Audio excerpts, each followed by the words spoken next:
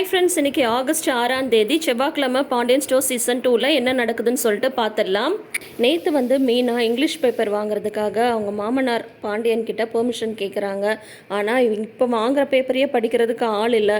சும்மா வந்து வடாம் காய போடுறதுக்கும் வத்தல் காய போடுறதுக்கும் தான் உங்கள் அத்தை யூஸ் பண்ணிட்டு இருக்கா. இதில் வந்து இங்கிலீஷ் பேப்பருக்காக வேற 300 ரூபாயில் செலவு பண்ண முடியாது அப்படின்னு பாண்டியன் சொல்ல, மீனா வந்து நான் வேணா வந்து காசு கொடுத்துக்கிறேன்னு சொல்ல, உடனே அது என்னப்பா உன் காசு என் காசுன்னு பேசுறது, எல்லாமே இந்த வீட்டோட பணம் தான், யார் செலவு பண்ணால் என்ன, அப்போ மட்டும் அந்த 300 ரூபாய் காசு செலவில்லையா அப்படின்னு வந்து கொஞ்சம் கடுகடுன்னு பேசிடுறாரு. மீனா வந்து வருத்தப்பட்டுட்டு எதுவும் ஆனால் எதிர்த்து பேசாமல் அமைதியாக போயிடுறாங்க.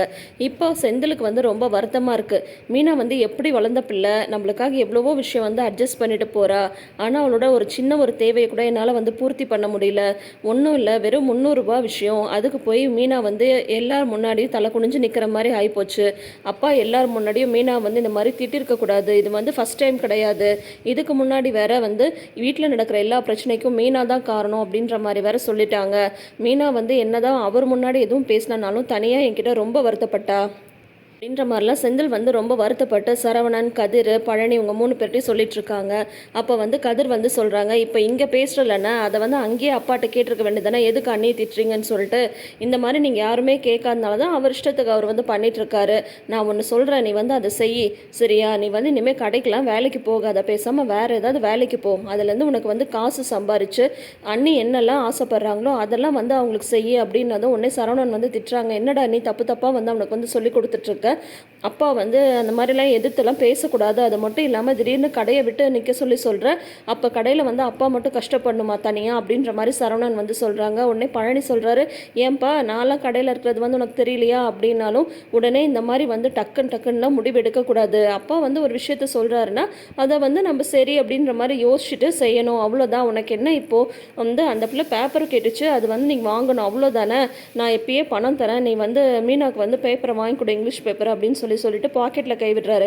என்னப்பா எவ்வளோ நேரமாக காசு எடுத்துட்ருக்க, இவ்வளோ நேரமாக காசு எடுக்க, உங்ககிட்ட எதுப்பா காசு, அதான் சம்பளம் வாங்கினதும் அப்படியே கொண்டு போய் உங்கள் அப்பாட்ட தானே கொடுக்குற, அப்புறம் வந்து வீரவசனம்லாம் பேசிகிட்ருக்க அப்படின்ற மாதிரி பழனி வந்து சொல்ல, இல்லைண்ணே அப்படியே இந்த மாதம் நீ வந்து கொடுத்தாலும் அடுத்த மாதம் என்ன பண்ணுறது, இதுக்கு ஏதாவது ஒன்று நான் பண்ணியே ஆகணும், மீனாவுக்காக கண்டிப்பாக நான் ஏதாவது செஞ்சே ஆகணும் அப்படின்ற மாதிரி செந்தில் வந்து சொல்லிட்டு இருக்கும் போதே பாண்டியன் வந்து வெளியில் வராரு.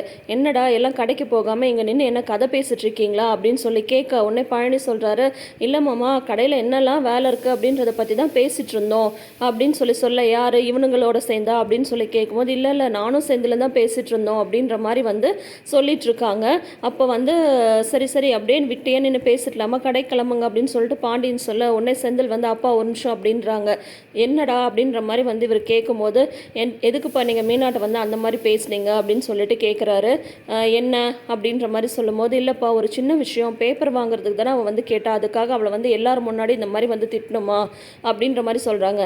ஏண்டா இல்லை, நான் வந்து அந்த பிள்ளை பேப்பர் வாங்கணும்னு சொல்லிச்சு இங்கிலீஷ் பேப்பர், அதை வந்து வேண்டான்னு சொல்லி அதுக்குண்டான காரணத்தையும் சொன்னதும் அந்த பிள்ளையே பேசாமல் போயிடுச்சு, நீ என்ன வந்து எதிர்த்து கேள்வி கேட்டுட்ருக்க, நானும் கொஞ்சம் நாளாக பார்த்துட்டு தான் இருக்கேன், நான் எது சொன்னாலும் நீ வந்து எதிர்த்து பேசிகிட்ருக்க, என்ன நினச்சிட்ருக்க உன் மனசில் அப்படின்ற மாதிரி வந்து சொல்கிறாங்க. பாண்டியன் கோவம் வந்துடுது அவருக்கு.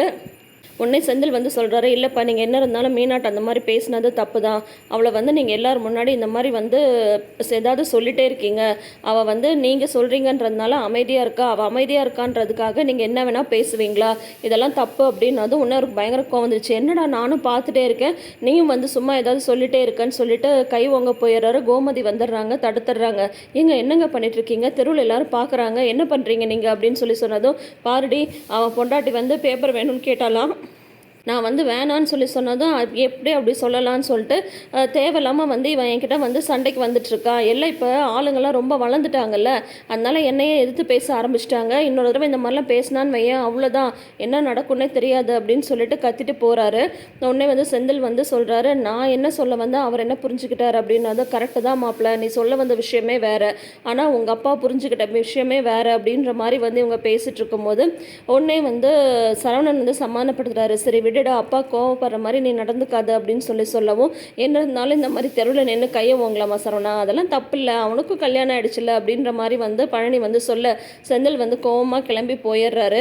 நீ வேற ஏமாம்மா எதையாவது சொல்லிட்டுருக்க அப்படின்னதும், இல்லை சரவணா நான் சொல்கிறது கேளு, உங்கள் அப்பா வந்து கொஞ்சமாவது அவரை வந்து மாற்றிக்கணும், அவருக்கு தகுந்த மாதிரி எல்லாரும் மாறணும்னு நினைக்கிறது ரொம்ப ரொம்ப தப்பு, இதே மாதிரி போயிட்டு இருந்ததுன்னா இந்த குடும்பம் வந்து பிரிஞ்சு சின்னாபின்னமாக ஆகிடும். நான் ஆரம்பத்துலேருந்து இதை தான் வந்து சொல்லிட்டுருக்கேன், உங்கள் அப்பா பண்ணுறது சரியில்லைன்னு சொல்லிட்டு எல்லாரையும் ஒரே மாதிரி நடத்தணும். ஆனால் அவர் வந்து அதை பண்ண மாட்டேன்றாருன்னு சொல்லிட்டு இருக்கும்போதே கரெக்டாக கோமதி வந்து வராங்க. எங்கடா அவன் போயிட்டானா அப்படின்னா தான், அக்கா அவன் செம காண்டில் வந்து போயிருக்கான், நீ கொஞ்சமாவது மாமாட்ட இதெல்லாம் வந்து சொல்ல மாட்டியா அப்படின்ற மாதிரி வந்து சொல்லும் போது தெரியுதுடா, தப்பு தான், அவர் பண்ணது தப்பு தான், என்னடா பண்ணுறது அப்படின்ற மாதிரி வந்து சொல்லிட்டு இருக்காங்க. இதெல்லாம் சரியில்லைக்கா, நான் மறுபடியும் சொல்லிட்டே இருக்கேன், நீ தான் பார்த்து அவரை வந்து ஒரே மாதிரி நடந்துக்க சொல்லணும் அப்படின்ற மாதிரி பழனி வந்து சொல்கிறாரு கோமதிகிட்ட. இங்கே வந்து செந்தில் கிளம்பி போகிறாரு இல்லையா, போய் மீனாவை வந்து ரோட்டில் நடந்து போயிட்டுருக்காங்க. மீனா பக்கத்தில் போய் வண்டியை நிப்பாட்டுறாரு.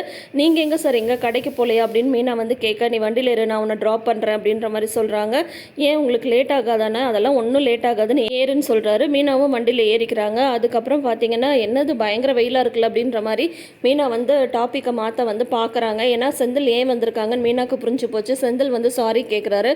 எதுக்கு மழை வராததுக்கு சாரி கேட்குற அப்படின்னதும், நான் எதுக்கு சாரி கேட்குறேன்னு உனக்கே நல்லா தெரியும், தெரிஞ்சும் நீ எப்படி இந்த மாதிரி டாபிக் மாத்துற அப்படின்னதும், இல்லை தப்பு என்னோடது தான், கல்யாணத்துக்கு முன்னாடியே நம்ம வீட்டை பற்றியெல்லாம் நீ எவ்வளவோ சொல்லியிருக்க, என் வீடுல வந்து நான் இருந்த விதம் வேற, நான் கேட்டால் உடனே அங்கே எல்லாமே கிடைக்கும், நான் கேட்கலனாலும் எல்லாமே கிடைக்கும், ஆனால் இங்கே அப்படி கிடையாது, ஒவ்வொன்றுக்கும் நம்ம பார்த்து தான் செலவு பண்ணணும், வீட்டில் வந்து மாமா என்ன சொல்கிறாரோ அதுதான், இதெல்லாம் ஒரு 2-3 விஷயத்தில் எனக்கு வந்து புரிஞ்சிருச்சு, இருந்தாலும் நான் வந்து பேப்பர் வேணும்னு போய் கேட்டது என்னோட தப்பு தான், இதோ பஸ் ஸ்டாண்ட் கிட்ட போனால் அங்கே கடை இருக்குது, அங்கே வந்து பேப்பர் கிடைக்க போகுது, பேசாமல் நான் வாங்கி ஒன்று ஆஃபீஸில் படிச்சிருக்கலாம், இல்லைன்னா நம்ம ரூமில் வச்சு படிச்சிருக்கலாம், அதை விட்டுட்டு நான் வந்து அவர்கிட்ட கேட்டேன் பார்த்தியா, அதுதான் தப்பு, நான் தான் புரியாமல் இந்த மாதிரி நடந்துக்கிறேன் அப்படின்னதும், என்ன மீனா, அப்பா வந்து எல்லாரும் முன்னாடி உன்னை திட்டினது தான் தப்பு, ஆனால் நீ என்னென்னா எல்லா பள்ளியும் தூக்கி உன் மேலே போட்டுக்கிற அப்படின்னதும், மாமாவை பற்றி தெரியாதா, அவர் என்ன சொல்கிறாரோ அதை தானே வந்து நடக்கணும்னு சொல்லுவார், அதனால் எனக்குலாம் மாமா மேலே எந்த வருத்தமோ கோவம்லாம் கிடையாது, அவர் வந்து நான் நல்லா புரிஞ்சிட்ருக்கேன், நீங்கள் வந்து தேவையில்லாமல் இதை பற்றியெல்லாம் யோசிச்சு கஷ்டப்படாதீங்க, நான் வந்து நார்மலாக தான் இருக்கேன்,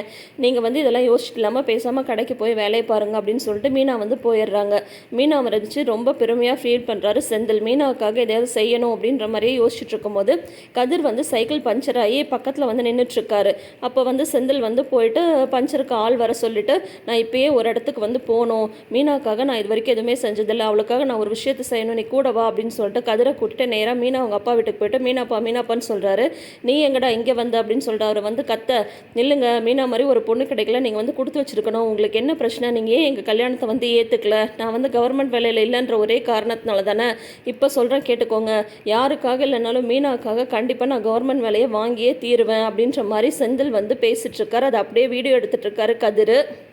செந்திலை பார்த்ததுமே ரொம்ப கேவலமாக தான் பேசுகிறாரு மீனாவோட அப்பா. ஆனால் அதை பற்றிலாம் செந்தில் வந்து கவலைப்படாமல் மீனாக்காக இப்போ வந்து அவங்க அப்பாட்ட வந்து சவால் விட்டுட்ருக்காரு. இந்த ஒரு சீனோட இன்றைக்கி வந்து பாண்டியன் ஸ்டோர்ஸை வந்து முடிச்சிருக்காங்க. ஸோ இனி அடுத்தடுத்து எப்படியெல்லாம் ட்ராக் போக போகுதுன்றதை நம்ம வெயிட் பண்ணி பார்த்து தெரிஞ்சுக்கலாம். தொடர்ந்து வீடியோஸ்க்கு நம்ம சேனலை இப்போயே சப்ஸ்கிரைப் பண்ணிக்கோங்க, நோட்டிஃபிகேஷன் பெல் ஐக்கானில் ஆல் சிம்பிள் கிளிக் பண்ணிக்கோங்க. கூடவே இந்த ப்ரிவ்யூ பற்றின உங்களோட கருத்துக்களை மறக்காமல் ஷேர் பண்ணுங்கள். தேங்க்யூ.